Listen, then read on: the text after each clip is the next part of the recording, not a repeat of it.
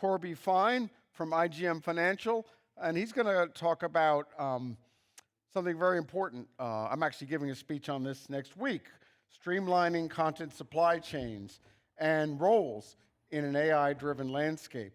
This is fascinating. I've seen where you can actually assign AI 10 different jobs, if actually on your org chart. So I'm excited to see what you have to say, Corby. Thanks.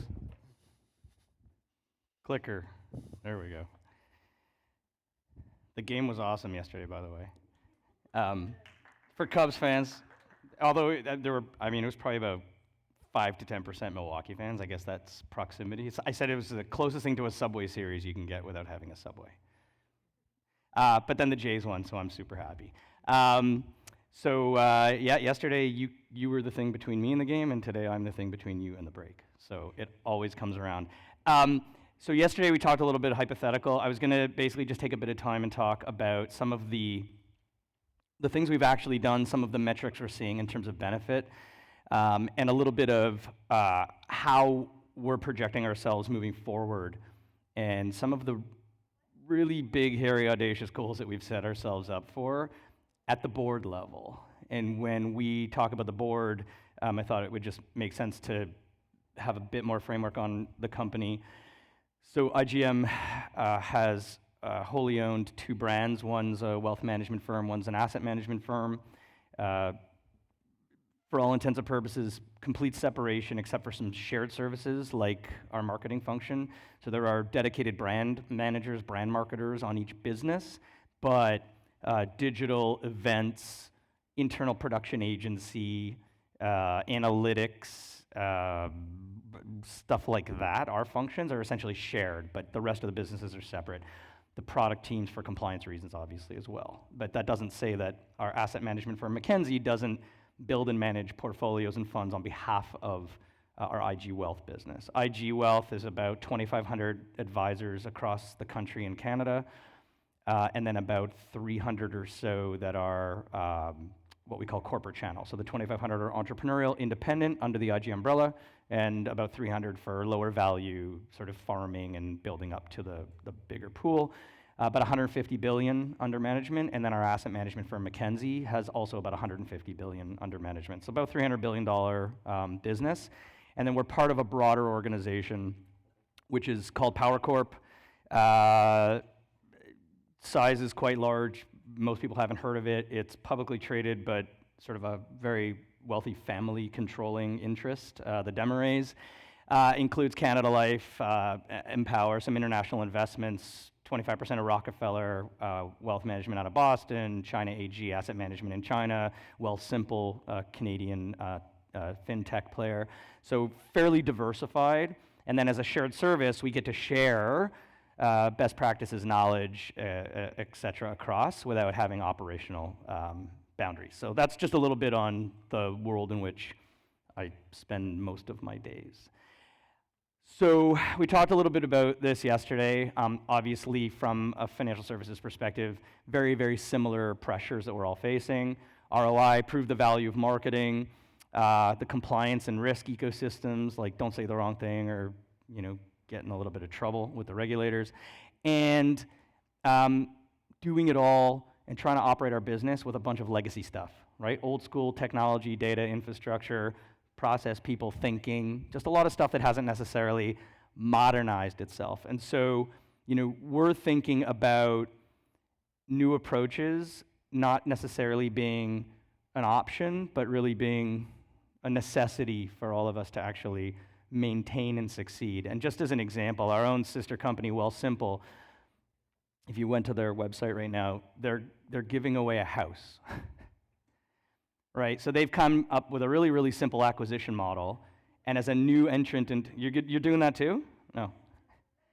Yeah, it's in Canada, so I hope you can move there. But it's a really, really simple model they've gone to, which is they operate on a 1% principle, meaning for every 100 grand, they're making an assumption that they're going to have a 1% return on investment after they pay out all their costs and operating a model.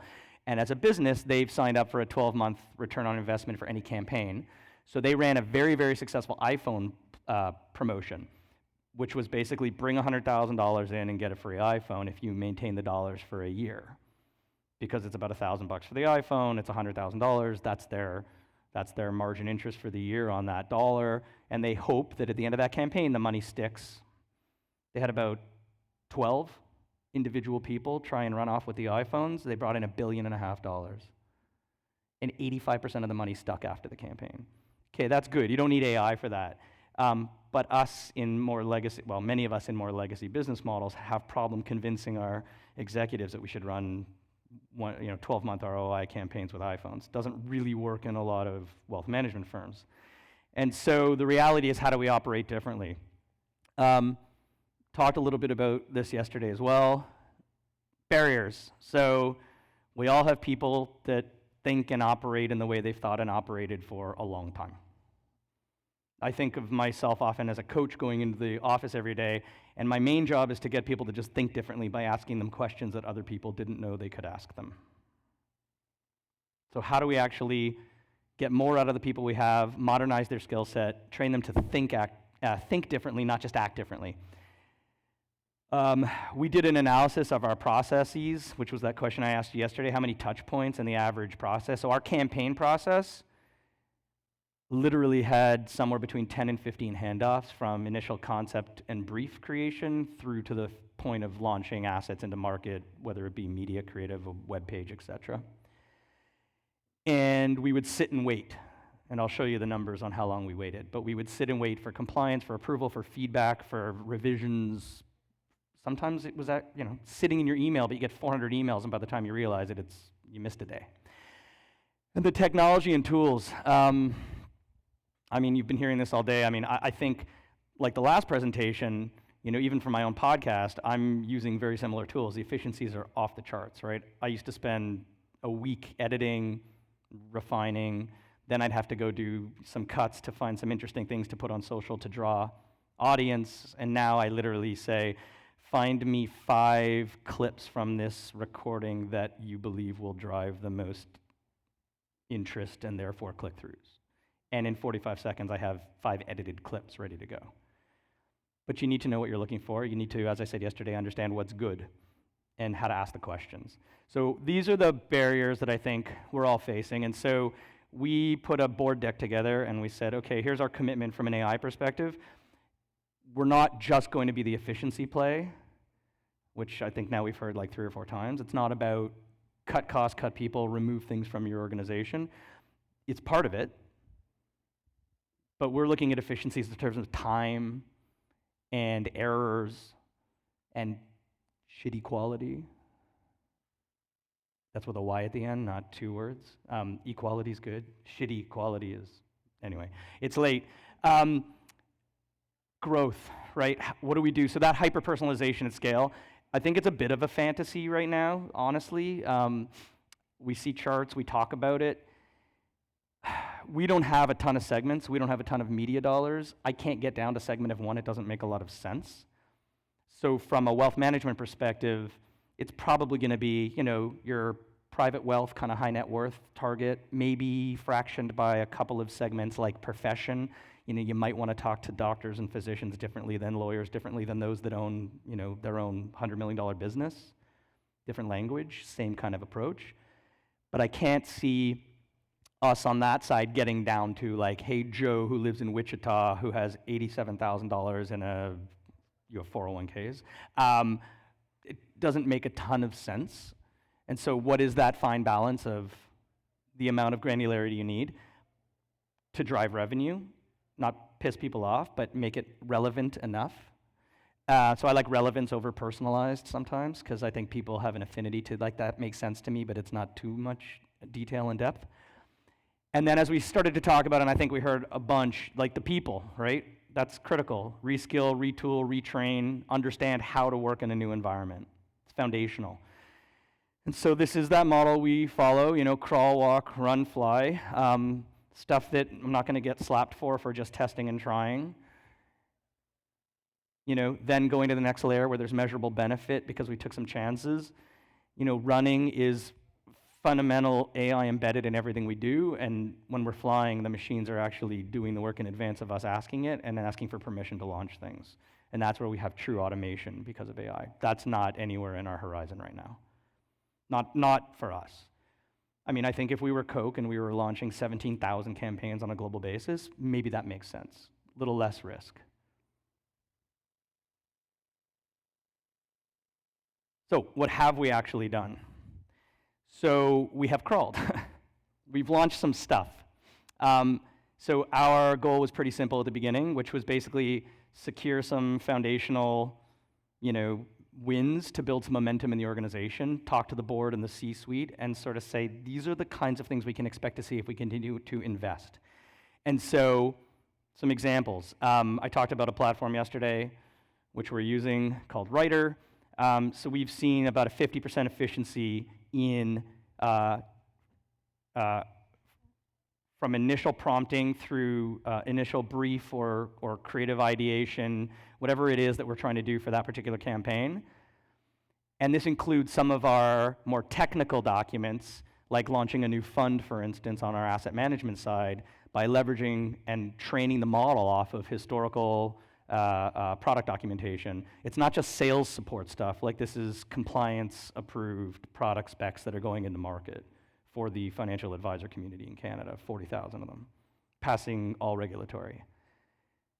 And so that's a huge amount of savings, right? That's product people, that's our marketers, that's copywriters. We're working on the translation side. I think the last gentleman was talking about, it's him speaking in Mandarin. Try Quebec French. There are French police, I'll just leave it at that. There really are. It's the French police. Like in Quebec, it's like a whole other thing. So we have to be very careful. We're working with them on building up their French models. We're not fully there yet. That's a little different than France French. I took my grade 9, I dropped it. That was all I had to do. So like the last one, video production, transcription. For my podcast, I use a tool called Descript. It's awesome. That's what I was talking about. But at the end of the day, we're actually finding massive reduction in time for basically taking, so we do a ton of podcast series.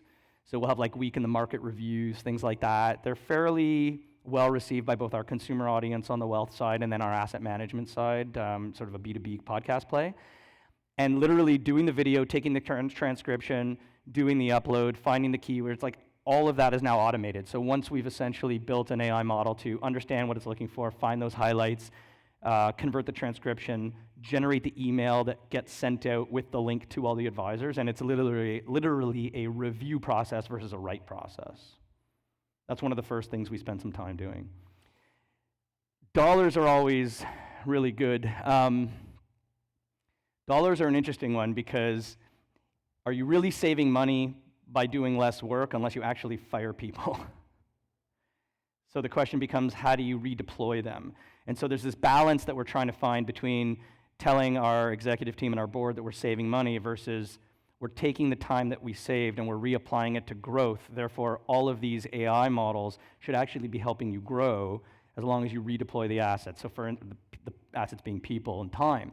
So as an example, if you had a 5% conversion rate for every for all the meetings that your advisors had in terms of new client bookings, and you free up 10% more time, you can do the math and figure out what that should be worth. And even if the conversion rate went down because there's just more people to talk to, and meaning less quality, you're still going to be in the positive territory. So we're trying to figure that out. But for now, we think about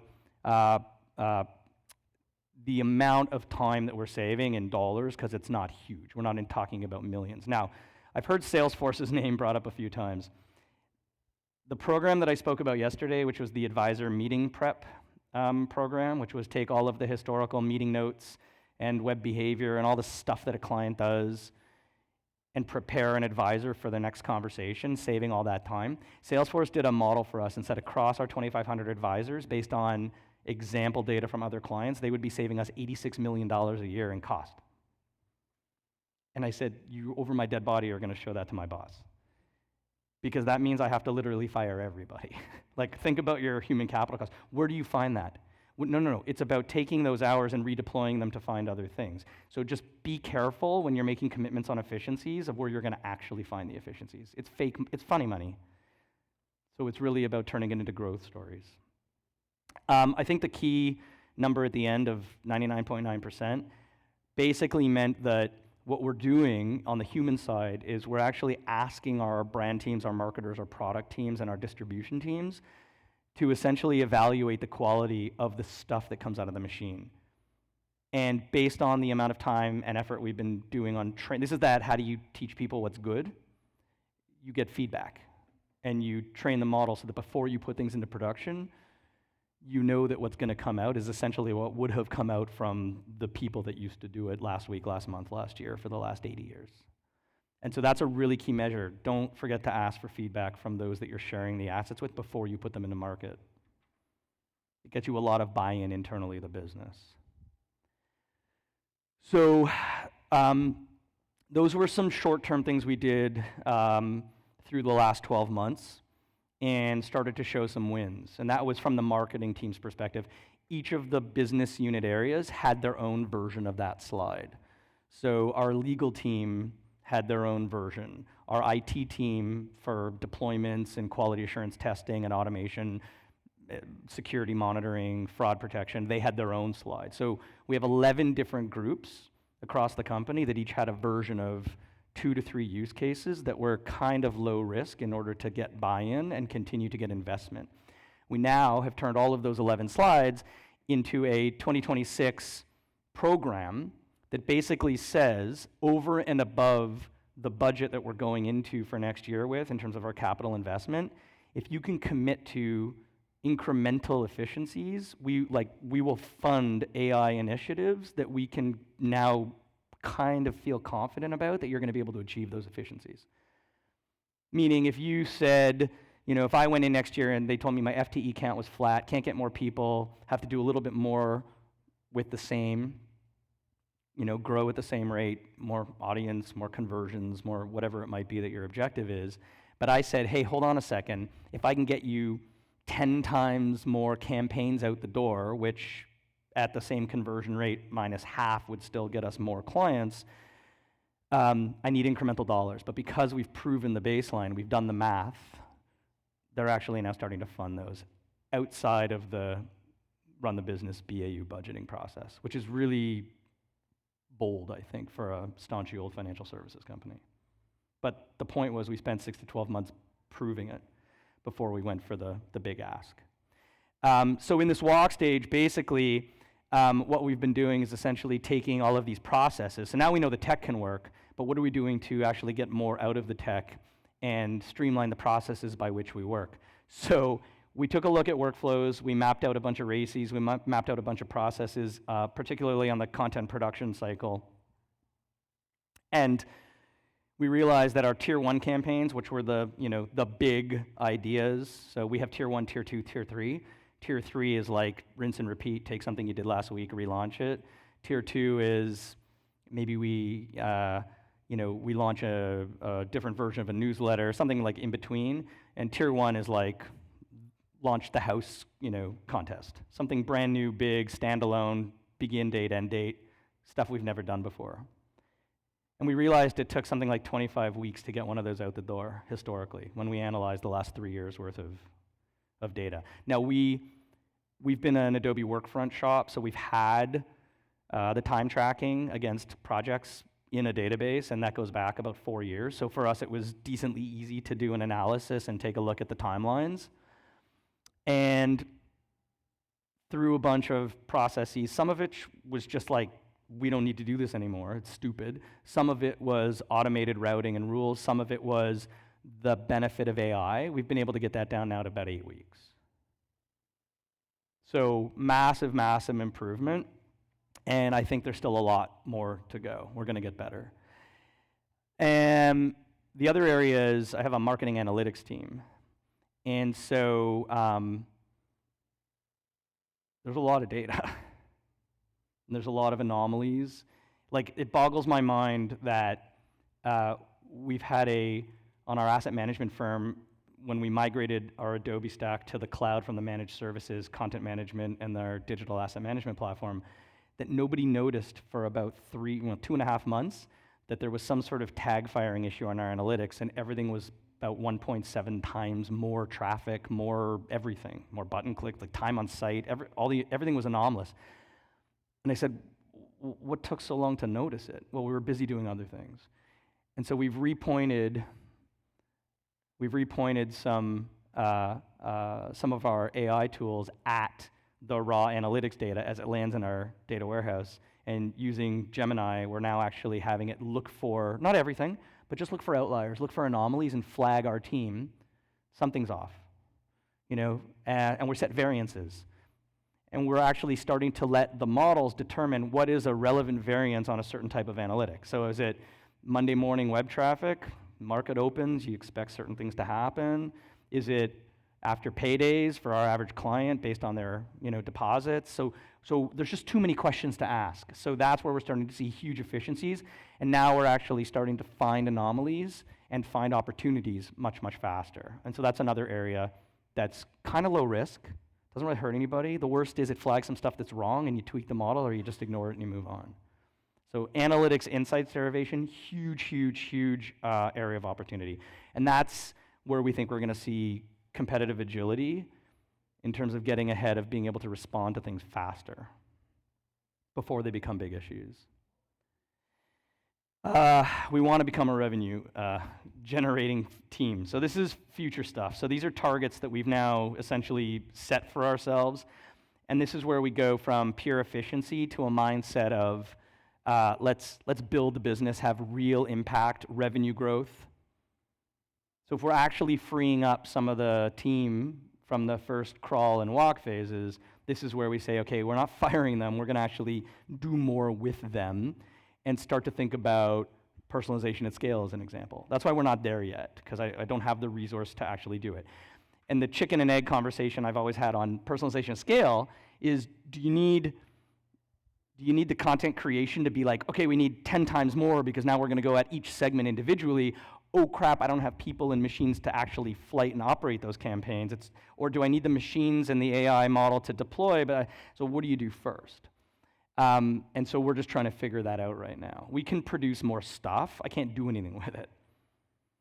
That's my bigger problem. So that's kind of where we're looking. And so what we've done is we've essentially shifted our workflow, which was the efficiency in the last slide, to now we've created pods. And we're testing out pods against particular outcomes. So we have a lead gen pod for our wealth management firm. Their whole job as a pod is not worry about anything else except bring more people into the door and get them through the conversion cycle, work with the distribution team, work with the internal agency, work with our media partners, and just get that stuff done faster. It's a nice standalone environment that doesn't really hurt anybody. And the biggest challenges are like when you start to see volume come through the door on your find an advisor capabilities, is these advisors that used to say, oh, it's a referral business, I got this. They line up and they're like, please, I'll take some of those. So your biggest problem isn't getting more, it's actually figuring out how to distribute them fairly. That's a business, by the way. Somebody's got to figure that out. Like internal pay-to-play, the way Google did search results, I think we should figure out for our own internal entrepreneurial advisors. They should pay for them, but we do charge back some stuff. So that's kind of like one area. And so our cost per lead as a part of that is we want volume, but we want it to be much more efficient and cheaper. And so we're trying to think about, as I said, if we can get to the point of having a ton of content, how do we actually find the right segments and let the AI determine what is the right combination of all those data points that determines the best segment? Because it's not just going to be high net worth physicians. There's going to be some other set of criteria that you and I and none of us in this room are going to be able to figure out on our own. So that's where the model's going to help. The volume of output, as I said before. So in the next 18 months, we want to be able to do 10 times the volume of compliance approved, credible, high quality, on brand, nobody could do the sniff test and say this wasn't human created kind of output. So we're working with Writer, we're working with Adobe, we're working with a few other partners to make sure that the output is exactly that. And yeah, we want to get that timeline way down. So we went 25 weeks to 8 weeks for tier 1, but we want to actually be able to get ourselves where we've got, not for our big new campaign, something we've never done, but all those tier 2s down to about 1 week. Hey, I have an idea, I have a concept, it's ready to go in next Monday. Out the door.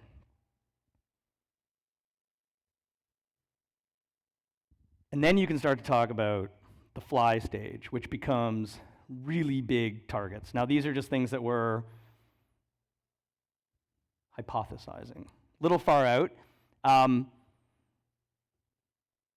we're actually, if you notice, we're talking about revenue growth not against ourselves, but at that point, if this stuff becomes a competitive differentiator and we can move that much faster than our peers, and I'll say this. We have the Canadian Marketing Association, like the AMA, which they have a Toronto chapter of the AMA too, which is interesting. So I sit on the MarTech Council for the CMA, and there's CPG brands, there's auto companies, there's financial services, there's retail. We're decently far enough in the, let's say, first quartile of firms willing to innovate and test on this stuff, which surprised me, to be honest. Like, we're kind of a staunchy old financial services company. But in this area, we're really, we're taking some chances. And so we decided at the board level, it's not about our own revenue growth. We actually want to use it as a benchmark against competitors, more because that would be something that would help elevate the value of our shares if our CEO went to the street and started to talk about these. So we're going to actually start to figure out how do we benchmark revenue growth and try and attribute it back to AI. Don't know how we're going to do that yet. It'll be compliant.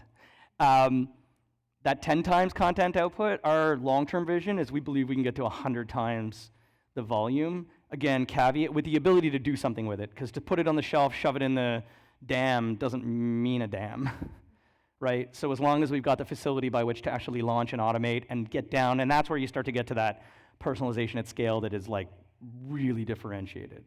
But 100 times baseline today is an actual written down target. And on the reporting and insights side, getting even more efficient in terms of, how many of you have ever had like the executive in your company like emails somebody or you or your team or your boss and says, hey, how come I saw this ad, right? That's not for me, or that ad clicked to the wrong page, or that article's out of date. Yeah, I want 0.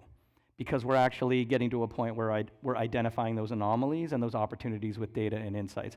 So I can turn my 3-person digital analytics team into the effectiveness of 10 to 30 people. And so that's, I would say some big targets that we're thinking about. And then finally, it's the people that help enable that. And so that's the most critical element in all this, because we can all buy tech and we can all prompt things. But if you don't have the right talent to operate it, you're going to fail. And so the mindset, I think, is critical. The barriers being the culture of your organization. People are naturally resistant to change, especially if they don't know that by becoming better, they're not going to automate themselves out of a job. I remember my father had worked at AT&T for many, many years, and he was like a wicked macro coder in like Excel way back in the day, and he literally automated himself out of a job because he built enough Excel macros to do all the consolidated reporting for the executive team that they're like, we don't need you anymore. And we have to get that fear out of people to say, oh, no, if you do that, that's a win, and then we'll find you another harder challenge to solve. And so when you think about people's annual reviews, think about what are the things that they're going to be able to check off and not go, oh crap, I just automated myself, but oh crap, I automated so many good things that there's more things for me to automate, in a simple term. So be proactive with that. Breaking down the silos of our processes and making sure that people know how to work in pods. We've actually been bringing in not agile trainers, but coaches. So people who can actually help the team define their own pod structure. So we're actually not going with like the traditional agile training methodology, but we're actually bringing in like ICF certified coaches to work with groups so that the teams can actually figure out amongst ourselves what do we believe to be the right Raytheon model for our own delivery. I have no idea if it's going to work, but people are buying into it because they're defining their own future work and the way in which they're going to work. And the key is, and we challenge them every day, how do you remove one more handoff in the process? It's one less error issue, one less time delay issue, and more ownership for you to actually get things done end to end. Now, I don't think we get to a world where there's like one person that does an end-to-end journey, but we've already seen massive efficiencies in reducing the number of touch points. And then these new roles, like we talked about it. We're trying to, there's a debate on should I be a specialist or a generalist, kind of like a common, career and leadership discussion. I don't want my brand manager to only know how to write a brief and go, here you go. Now, do we want a brand manager to use AI, write the brief, do the analytics, determine their segment size, hit a button, get the creative, decide if it's good or not, maybe take 3 or 4, launch the optimization test, put it in market, check the first review? I don't know. I don't think it's a one-person job, but I think they should be able to do it all. And there should probably be, from the brand manager learning the tech and the analytics, and at the same time, the marketing technologist who would have set up like an Adobe Target or a contentful personalization experience, they should actually know how to write a decent brief. And so now you've got more generalist capabilities that as the AI gets better in certain areas, their skills can shine and they can use those tools to augment the gaps in what they do. But I don't need 7 brand managers and 10 MarTech integrators, and that's where the consolidation happens. If the machines help do things faster and everybody has a knowledge of the end-to-end experience, that's where we're betting. Some roles will go away. The traditional brand marketer's job I don't think exists. But I also don't think the insight analyst's job exists either, because they start to merge.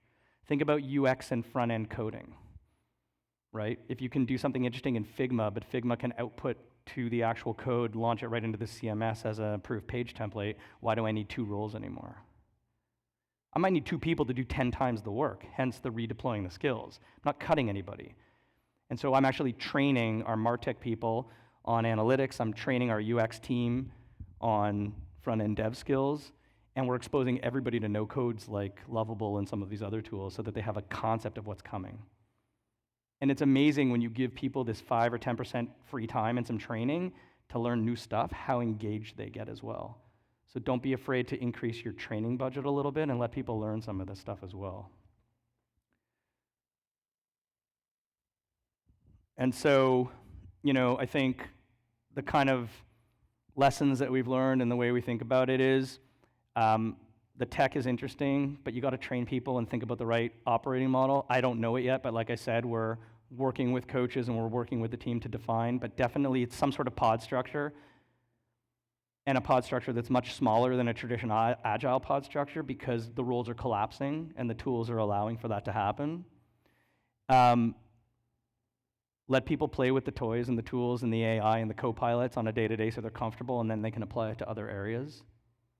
It's amazing how hard it was to get people to not use a Word doc to write a brief manually to allow our writer tool to do it through a brief and output it straight into Workfront. It's like mind-boggling complexity. It's just fear. The quick wins, again, find a few things in the org that you think you can show some results. 5% here, 10% there, that's all it takes. People buy in very, very quickly as long as it doesn't hurt them. And make sure you understand the output you're looking for. So yeah, that's why we set it up as there's some stuff short term, but hey, if this works, imagine if we could get 80% faster on insights. Imagine if we could get 70% faster on revenue generation and new client growth than our competitors. Just imagine, and that gets people very excited. And so that's our approach. Those are some of the numbers that we've kind of learned so far. And I think the challenge is always just start, just go to the office and brainstorm and ideate and think of something to do, because nobody's just going to bring it to you. You got to do it yourself. I'm a disruptor in my org, so I push people to try new things all the time. Doesn't always work, but I haven't been fired yet, so that's good. And I think that's the thing is, it's the inevitability answer, and so don't be afraid to try and push and ideate on some new things. Go back and ask your team on Monday, what's that one repetitive, time-consuming, pain-in-the-ass thing that we could really wean out with AI, and everybody would be happy, because it's the interview question I ask people all the time. I'm like, what's the worst thing about your current job? And they say it's this process or the paperwork or the lack of innovation or I have bad tools. And I say, well, what'd you do about it? And I don't care if they were successful. I just want to know that you tried, and eventually you become successful. And so I think AI adoption is one of those things. It's just, you just got to try. It's not all going to work, because the tools don't all work yet. That personalization at scale fantasy, it's not really there yet, but we all see it coming. And so the faster you try some small wins, you'll be ready for it. Way, way, way less walls and barriers if you start now with small stuff. And so with that, I think the conference is about to end, so unless there's any questions.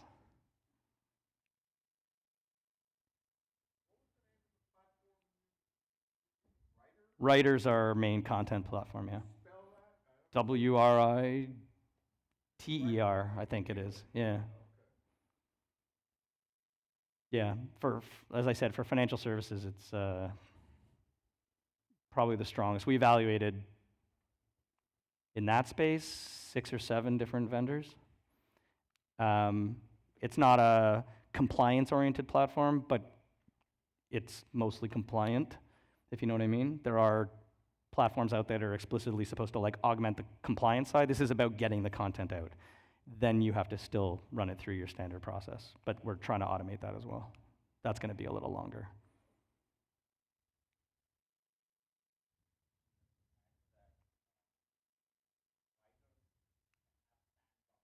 Mm-hmm. It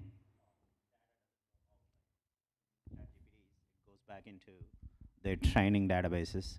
So Writer has a feature where you say we need a sandbox, and then they push their LLM updates into you, so you can upload all your guidelines, things that are proprietary, not PII data, but at least all the documents that you would like to have in the system, so that it follows, it creates brand guidelines and follows the output according to that. Yeah. And so in an Azure environment or Amazon Web Services or Google Data Studio, they can expose their LLMs in a closed environment. You get all of the training of theirs, but they're not using your data to train theirs. They take aggregate stuff, they normalize it across all of their clients, but it's not only those that are approving it, and we're working in our own sandbox.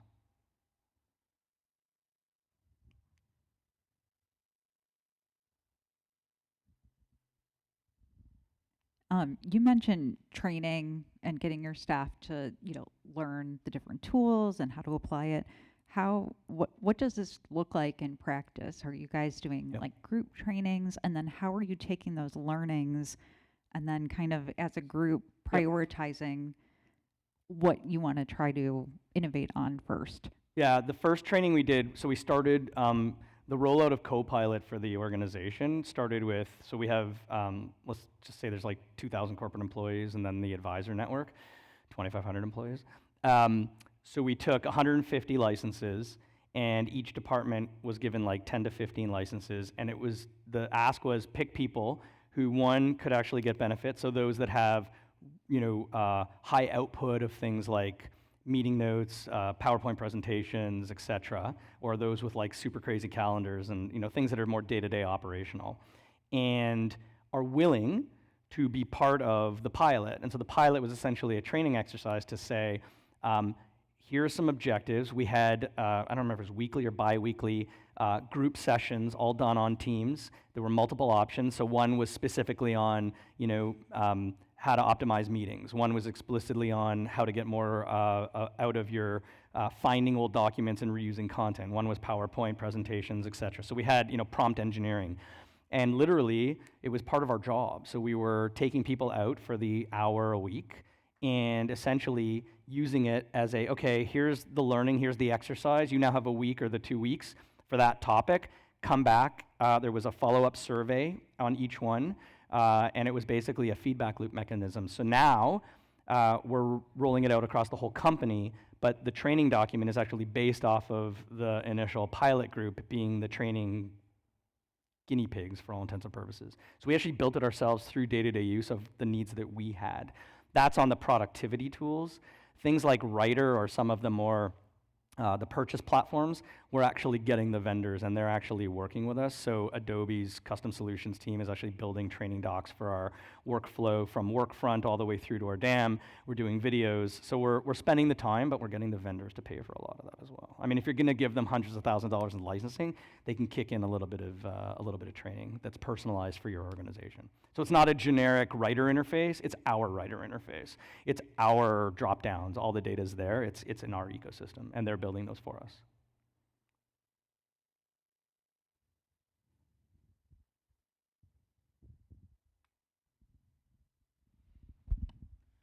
One more question on usage of Writer. Again, we are not advertising for Writer. I work for Fannie Mae. We have the same tool. We do a similar pilot programs and using it heavily. Question is, instead of Ask Writer, which is like a chat GPT, they have Action Agent, and also they're releasing agents. Yep. Can you speak a little bit how much your team and are tapping into this Action Agent or agentic workflows? Yeah, so the first agents we're actually using are tied to campaign optimization. So we're looking at if we put 5 or 6 different assets in the market, the agent's essentially looking for immediate responsiveness on performance. So I mean, mostly it's opens and clicks, depending if it's email or if it's sort of web traffic.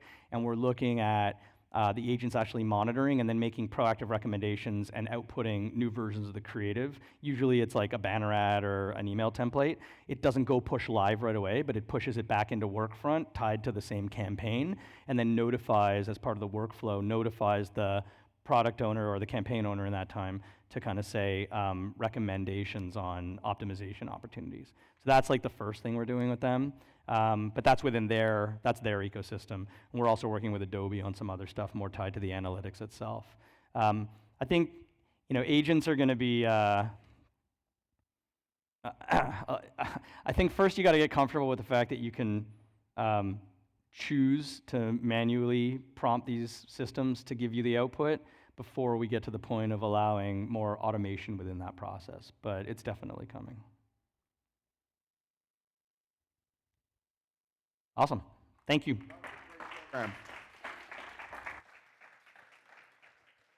Thanks.